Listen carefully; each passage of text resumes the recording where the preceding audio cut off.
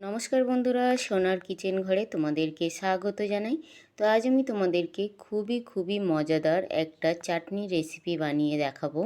তো এই চাটনি রেসিপির ভিডিওটি পুরো দেখার অনুরোধ রইল। আর রেসিপিটি যদি ভালো লাগে কমেন্ট করো, লাইক শেয়ার সাবস্ক্রাইব করে আমার পাশে থেকো। যারা এখনও পর্যন্ত আমার চ্যানেলটিকে সাবস্ক্রাইব করেছো তাদেরকে অসংখ্য ধন্যবাদ। যারা এখনও আমার চ্যানেলটিকে সাবস্ক্রাইব করোনি, অনুরোধ রইল আমার চ্যানেলটিকে সাবস্ক্রাইব করে আমার পাশে থাকার জন্য। যারা আমার ফেসবুক পেজ থেকে দেখছো তাদের কাছে অনুরোধ রইল ফেসবুক পেজটা একটা লাইক দিয়ে একটু ফলো করে দেওয়ার জন্য। তো চাটনিটি বানানোর জন্য এখানে দেখো আমি 3টে আম নিয়েছি। তো আমটা আমি খুব ভালো করে ধুয়ে পরিষ্কার করে নিয়েছি। নেওয়ার পরে দেখো আমি এইভাবে আমটা কেটে নিয়েছি। তবে আমটা একটু কাঁচা ছিল আর একটু পাকা ছিল। তো ওই আম দিয়ে আজ আমি চাটনি বানাবো। তো এখানে দেখো আমি গ্যাসের মধ্যে একটা কড়াই বসিয়ে দিয়েছি। কড়াইয়ের মধ্যে আমি 1 চামচ গোটা মৌরি দিয়ে দিলাম। মৌরিটা আমি হালকা করে একটু ভেজে নেব। মৌরিটা হালকা করে ভেজে নিলে মৌরির গন্ধটা কিন্তু খুব সুন্দর আসে। তো মৌরিটা দেখো এখানে ভাজা হয়ে গেছে। মৌরিটা ভাজা হয়ে যাওয়ার পরে ওই মৌরির উপরে আমি 1 বাটির একটু কম আমি চিনি দিয়ে দিলাম। আমটা টক বুঝে কিন্তু চিনিটা দিতে হবে। চিনিটা দিয়ে এবার আমি চিনিটা খুব ভালো করে মেল্ট করে নেব। এবারে দেখো ওই চিনির মধ্যে আমি হালকা করে একটু নুন দিয়ে দিলাম।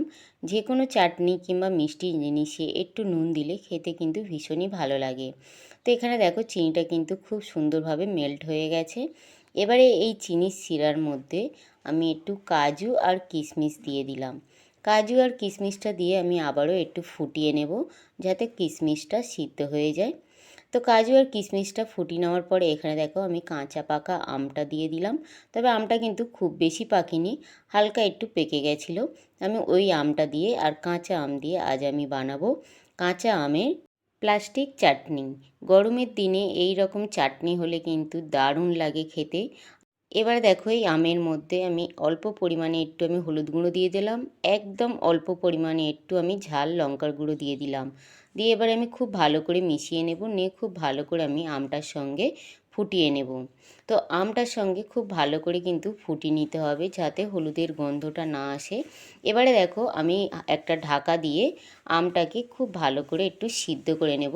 তো আমি ঢাকাটা 3 থেকে 4 মিনিট দিয়ে রেখেছিলাম। 3 থেকে 4 মিনিট পরে আমি ঢাকাটা খুলে এবার আমি দেখে নেব, একটু নাড়াচাড়া করে নেব। আমটা কিন্তু প্রায় অনেকটা সিদ্ধ হয়ে এসছে। তো আরও একটু বাকি আছে, তার জন্য আরও আমি 2 থেকে 3 মিনিট ভালো করে ঢাকা দিয়ে দেব। 2 থেকে 3 মিনিট পরে আবারও আমি ঢাকাটা খুললাম।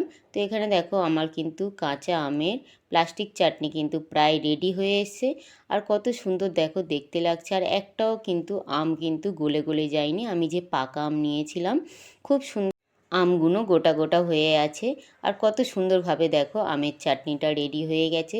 সামান্য কিছু উপকরণ দিয়ে এই আমের চাটনিটা খেতে কিন্তু দুর্দান্ত হয়েছিল। তো এবার আমি পরিবেশন করার জন্য লাভিয়ে নেব। আর এখানে দেখো আমার আমের চাটনি পরিবেশন করার জন্য পুরো রেডি। আর কত সুন্দর দেখো দেখতে, আর খেতেও কিন্তু দুর্দান্ত হয়েছিল। তো এই রকম গরমের সময় তোমরাও কিন্তু একবার এইভাবে অনুষ্ঠান বাড়ির মতন কাঁচা আমের প্লাস্টিক চাটনি তোমরাও কিন্তু বানিয়ে খেতে পারো। আশা করি ছোট থেকে বড় সবার কিন্তু ভীষণ ভালো লাগবে।